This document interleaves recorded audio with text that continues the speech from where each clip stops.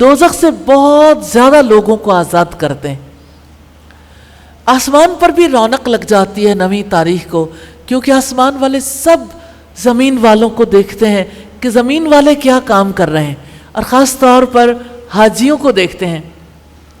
ایک اور روایت میں یوں آیا ہے، عرفہ کے دن اللہ تعالیٰ فرشتوں کے سامنے اپنے بندوں پر فخر کرتا ہے کہ میرے بندوں کو دیکھو، میرے پاس پراگندہ سر غبار آلود آئے ہیں، میں تمہیں گواہ بناتا ہوں کہ میں نے ان سب کو معاف کر دیا. اللہ اکبر. سارے حاجی عرفات کے میدان میں پھیلے ہوئے ہیں، سب دعائیں کر رہے ہیں، اور اللہ تعالیٰ فرشتوں کو گواہ بنا کر کہتے ہیں میں نے سب کو بخش دیا، میں نے سب کو معاف کر دیا. فرشتے کہتے ہیں ان میں ایک شخص گناہ گار بھی ہے. اللہ تعالیٰ فرماتے ہیں ہم نے ان سب کو معاف کر دیا، یعنی جو یہاں تک کان پہنچا ہے میں نے سب کو معاف کر دیا.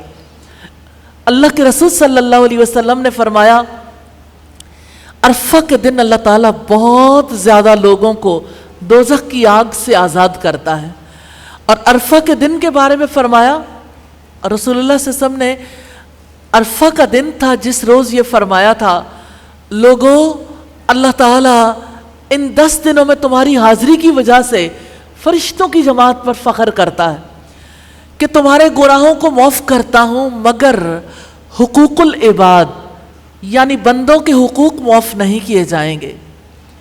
نیک لوگوں کے گناہوں کو معاف کرتا ہوں اور ان کے سوال کو پورا کرتا ہوں. اور مزدلفہ میں بھی اللہ تعالیٰ نیک لوگوں کی مغفرت فرماتے ہیں اور ان کی سفارش کو قبول کرتے ہیں.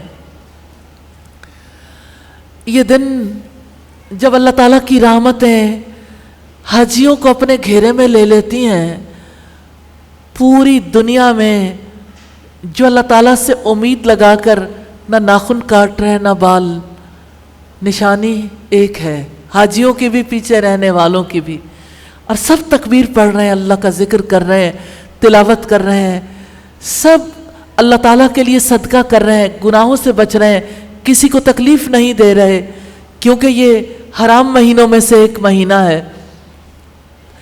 یہ دن ایسے ہیں جب اللہ تعالیٰ کی بخشش جوش میں آتی ہے، انسانوں کا انتظار کرتی ہے. یہ دن ہے جس میں انسان اپنے رب کا قرب حاصل کرتے ہیں.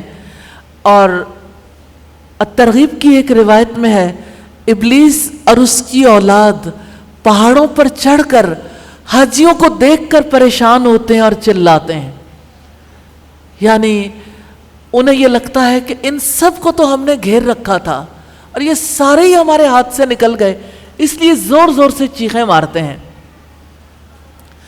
حضرت عباس فرماتے ہیں کہ اللہ کے رسول نے عرفہ کی شام اپنی امت کی مغفرت کے لیے دعا کی. اللہ تعالیٰ کی طرف سے جواب ملا آپ کی تمام امت کو بخش دوں گا مگر ظالم اور حقوق العباد پورا نہ کرنے والوں کو معاف نہیں کروں گا. جب تک ظالم سے مظلوم کو حق نہ دلوا دوں. آپ نے عرض کیا خدایا اگر تو چاہے تو مظلوم کو جنت میں جگہ دے سکتا ہے. اس شام بھی آپ کی دعا منظور نہیں ہوئی. مزدلفہ میں پھر صبح آپ نے دعا دہرائی تو اللہ تعالیٰ نے آپ کی دعا کو قبول کر لیا. حدیث کی روایت میں ہے کہ دعا کی قبولیت کے وقت آپ مسکرا دیے. حضرت ابو بکر صدیق نے کہا اللہ کے رسول اس وقت تو آپ مسکرایا نہیں کرتے، آپ کو اللہ تعالیٰ ہمیشہ مسکراتا رکھے. آپ نے فرمایا ابلیس نے جب میری دعا کی قبولیت کے بارے میں سنا تو ہائے ہائے کرتا ہوا سر پر مٹی ڈالنے لگا. مجھے ابلیس کو دیکھ کر ہنسی آ گئی کہ اسے انسانوں کے شیطانی اغوا سے نکل جانے کا کتنا زیادہ صدمہ ہوا ہے. اس کے صدمے کی وجہ سے نبی صلی اللہ علیہ وسلم مسکرا دیے. 9 ذو الحجہ کی بڑی فضیلت ہے، اسی لیے اس دن کا روزہ رکھنے کا ثواب 2 گنا ہے، یعنی 2 سال کے برابر ہے. اللہ کے رسول سے 9 ذو الحجہ کے روزے کے بارے میں پوچھا گیا تو آپ نے فرمایا یکفر السنۃ الماضیۃ والباقیہ، 2 سال کے گناہ معاف ہو جاتے ہیں، ایک گزشتہ سال کے اور ایک آئندہ آنے والے سال کے.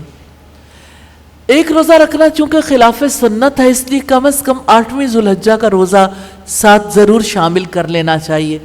تو عرفات کے میدان میں پہنچنے والوں کے لیے 9ویں کا روزہ رکھنا درست نہیں ہے۔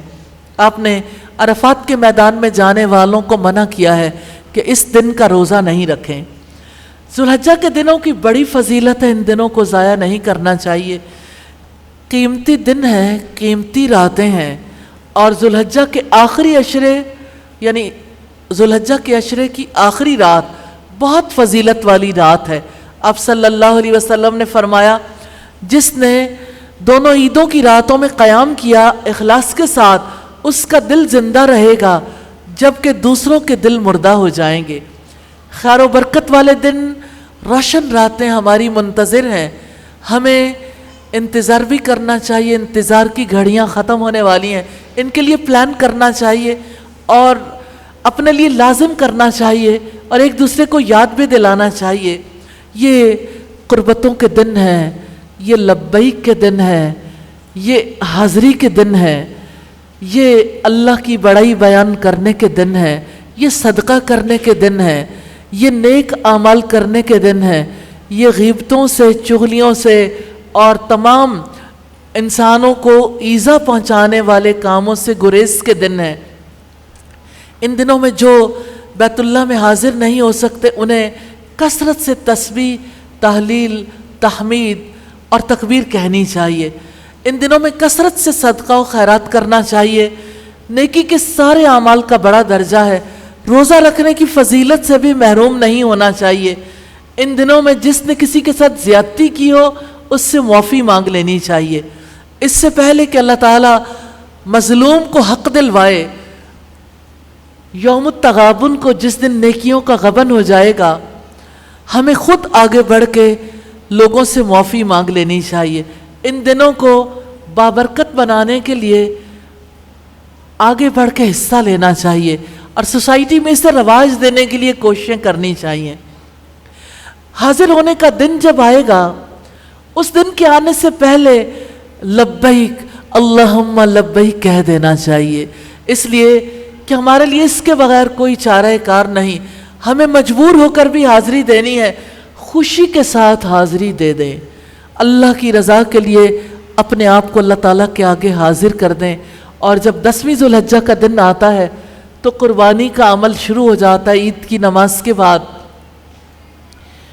اور قربانی کا عمل ایسا ہے، ایک گھر والوں کی جانب سے ایک قربانی کافی ہو جاتی ہے، لیکن اللہ کے رسول صلی اللہ علیہ وسلم نے اللہ تعالیٰ کے حضور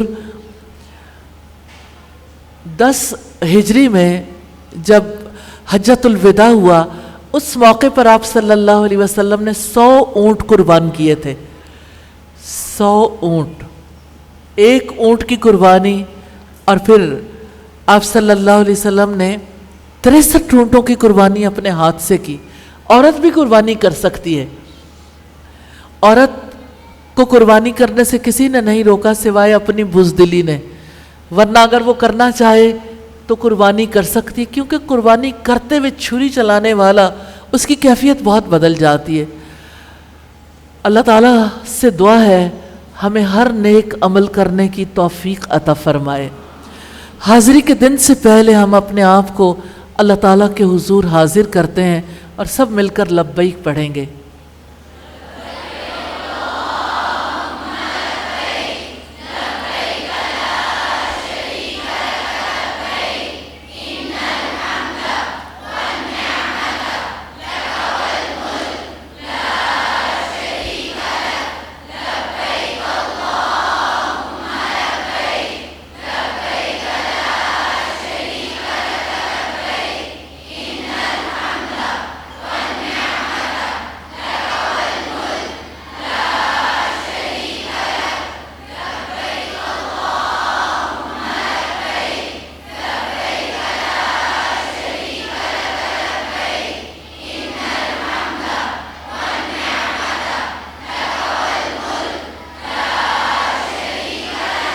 تکبیرات پڑھیے۔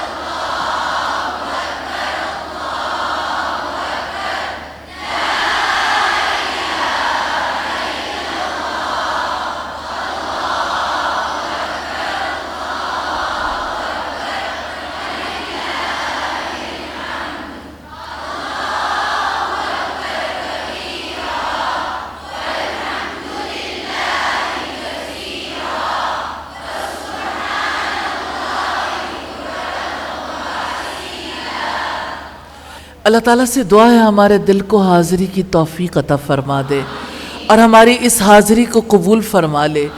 ہمیں ایسا احساس نصیب کر دے کہ ہم ہمیشہ اس کے حضور حاضر رہیں. ہمیں توفیق عطا کرے کہ ہم اپنی حیات میں ایسا کام کر جائیں جن کی وجہ سے حاضری معتبر ہو جاتی ہے. اللہ تعالیٰ نے انبیاء سے اس سرزمین میں حاضری کو قبول کیا. یا اللہ آج کی مجلس میں جتنے لوگ بیٹھے ہیں یا اللہ تو سب کو اس جگہ حاضری کی توفیق عطا فرمانا.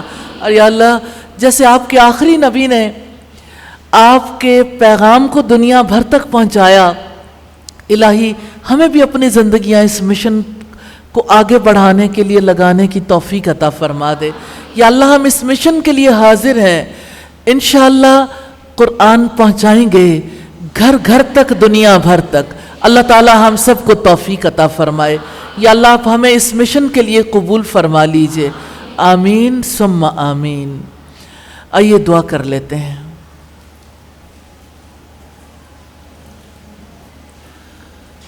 اللہ اکبر کبیرا والحمد للہ کثیرا وسبحان اللہ بکرۃ واسیلا سبحان اللہ وبحمدہ سبحان اللہ العظیم سبحان اللہ والحمد للہ ولا الہ الا اللہ واللہ اکبر ولا حول ولا قوة الا باللہ العلی العظیم.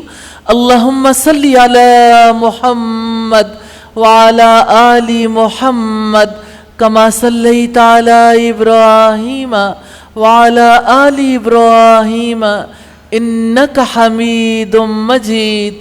اللہم بارک علی محمد وعلى آل محمد كما باركت على إبراهيم وعلى آل إبراهيم إنك حميد مجيد. ربنا آتنا في الدنيا حسنة وفي الآخرة حسنة وقنا عذاب النار. ربنا لا تزغ قلوبنا بعد إذ هديتنا وهب لنا من لدنك رحمة إنك أنت الوهاب. رب اغفر وارحم وأنت خير الراحمين. رب ارحمهما كما ربياني صغيرا. اللهم حاسبنا حسابا يسيرا. اللهم ارزقنا حبك وحب من يحبك وحب عمل يقربنا إلى حبك يا حي يا قيوم برحمتك نستغيث. اے زندہ رہنے والے، اے قائم رہنے والے، ہم سب تجھ سے تیری رحمت کی فریاد کرتی ہیں. اے پاک پروردگار، تیری بندیاں ہیں، گناہ گار ہیں، خطا کار ہیں. اے پاک پروردگار، آپ سے استدعا ہے ہمارے گناہوں کو، ہماری خطاؤں کو معاف کر دیجئے. الہی آپ سے استدعا ہے، تیرے آگے حاضر ہونا چاہتی ہیں. الہی ہمارے دلوں کو اس حاضری کی توفیق عطا فرما دے. الہی اپنے گھر کی زیارت کرنے کی توفیق دے دے. الہی ہم سب کو بار بار حج اور عمرے نصیب فرما دے. الہی ہمیں خشوع والی نمازیں نصیب فرما دیجئے. الہی ہمیں عشرہ ذوالحجہ کی تکبیرات نصیب فرما دیجئے. الہی ان دنوں کے روزے نصیب فرما دیجئے. الہی راتوں کی عبادات نصیب فرما دیجئے. الہی صدقہ کرنے کی توفیق عطا فرما دیجئے. الہی آپ سے استدعا ہے جیسے تیرے گھر کی تعمیر کے لیے ابراہیم علیہ السلام اور اسماعیل علیہ السلام نے کام کیا تھا. الہی اپنے گھروں کی تعمیر کے لیے الہی ہمیں موقع عنایت فرما دیجئے. اور الہی ان گھروں کی آبادگاری کے لیے جیسے محمد صلی اللہ علیہ وسلم نے کام کیا، الہی ان کی آبادکاری کے لیے ہم سب کو مل کر کام کرنے کی توفیق عطا فرمائیے. یا ارحم الراحمین، آج کی اس مجلس میں جتنے لوگ آئے ہیں، اے پاک پروردگار ان کے آنے کو قبول کر لیجئے. الہی انہیں اپنے لیے قبول فرما لیجئے. الہی انہیں اپنی کتاب کا سچا علم نصیب فرما دیجئے. یا ارحم الراحمین عمل کرنے والوں میں شامل فرما لیجئے، یا ارحم الراحمین آپ سے استدعا ہے الہی ان دنوں کے روزے نصیب فرما دیجئے، الہی ان دنوں کا صدقہ نصیب فرما دیجئے، الہی آپ سے استدعا ہے یا ارحم الراحمین ہمارے تمام گھر والوں کو، تمام مسلمانوں کو اے پاک پروردگار ان دنوں کی اہمیت کا احساس دلانے کی بھی، اور اسے الہی ان دنوں کے اندر نیکیوں کو رواج دینے کی، تکبیرات کو رواج دینے کی ہمیں توفیق نصیب کر دیجئے یا ارحم الراحمین۔ جتنے بیمار ہیں انہیں شفائے کاملہ عطا فرما دیجئے، الہی جتنے بے روزگار ہیں انہیں روزگار نصیب فرما دیجئے، الہی بے اولادوں کو اولاد نصیب فرما دیجئے، الہی جن کے رشتوں کے مسائل ہیں اپنے خاص فضل و کرم سے ان کے لیے بہترین انتظام فرما دیجئے یا ارحم الراحمین۔ یہ بچیاں جن کے دلوں میں تیرے قرآن کی محبت ہے، اور الہی یہ خواتین جو تیری محبت میں یہاں کھچی چلی آئی ہیں، الہی ان کے دلوں کو اپنے کلام سے، اپنے ذکر سے اور اپنی یادوں سے روشن فرما دے، اور الہی سب کی زندگیوں کو اپنے لیے قبول فرما لے۔ اور الہی آپ سے استدعا ہے اے پاک پروردگار اپنے گھر کی ایسی حاضری کی توفیق عطا فرما دے اے پاک پروردگار جو حاضری دل سے ہو، اور الہی جو حاضری آپ کو پسند آ جائے، اور الہی آپ سے استدعا ہے ایسے کام کروا لیجئے جو کام آپ کو پسند آ جائیں، اور الہی آپ سے استدعا ہے جو یہاں ہمارے پیارے موجود نہیں ہیں، الہی آپ ان کی زندگیوں کو بھی خیر و برکت سے بھر دیجئے یا ارحم الراحمین۔ پاکستان کے لیے خصوصی دعا ہے الہی، جس اکنامک کرائسس میں آج پاکستان ہے، جیسے دنیا بھر کے انسان ہیں، یا ارحم الراحمین ہم سب کو اس معاشی بحران سے نکال دیجئے یا ارحم الراحمین۔ آپ سے استدعا ہے الہی اہل پاکستان کی غلطیوں کو معاف کر دیجئے، الہی اہل اسلام کی غلطیوں کو معاف کر دیجئے، الہی اس خوفناک معاشی بحران سے آپ کے سوا کون نکال سکتا ہے؟ اے پاک پروردگار آپ سے استدعا ہے ہمیں اس معاشی بحران سے نکال دیجئے، الہی ہم نے جو دعائیں مانگی، جو مانگنے سے رہ گئیں، الہی سب دعاؤں کو قبول فرما لیجئے۔ وصلی اللہ تعالی علی خیر خلقہ محمد وآلہ واصحابہ واہل بیتہ اجمعین برحمتک یا ارحم الراحمین۔ الہی آمین، الہی آمین۔